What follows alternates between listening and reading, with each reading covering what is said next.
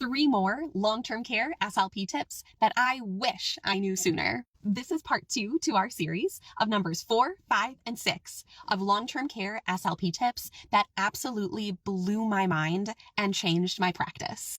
Number 4, the straw and spoon reflex hack, specifically for severe or late-stage dementia. This is for patients who pocket, hold liquids, or may have attentional impairments that allows them to not initiate a swallow. So there's 2 options for this.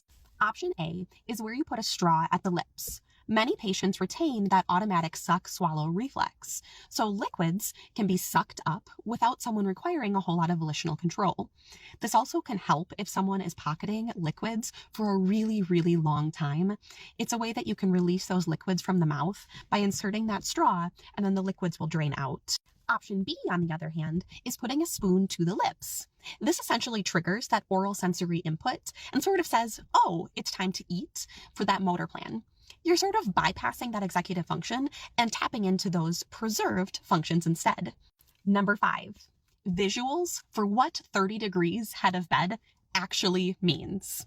We hear it all the time if someone has a feeding tube. That person needs to be 30 degrees or higher at all times or during any sorts of feeds. It's important because it helps to reduce reflux, reduce aspiration of those tube feeds, and helps to prevent, ultimately, development of an aspiration pneumonia.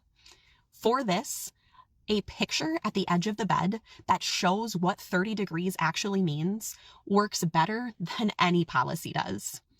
Essentially, what you're doing is you can show a flat bed, 30 degrees, 45 degrees, and 90 degrees. Most people don't know what 30 degrees actually looks like, so if you label 90 degrees, 45 degrees, 30 degrees, 0 degrees, it helps immensely for helping to enhance carryover with that person and that patient staying at 30 degrees elevated head of bed. Number 6, do CNA education on aspiration pneumonia, specifically the 3 pillars of aspiration pneumonia. As I'm sure a lot of you know, carryover isn't very good if people don't understand the reason why. When you do education on the 3 pillars of aspiration pneumonia and why oral cares specifically matter as a CNA, it helps immensely with carryover and continual oral cares because that person feels like they can actually make a difference in reducing possible hospitalizations. For this, keep it really simple when you're doing education. Say, aspiration pneumonia isn't just about choking. It's about bacteria, aspiration, and vulnerability. Follow the LTC SLP for more educational content, and follow for part 3.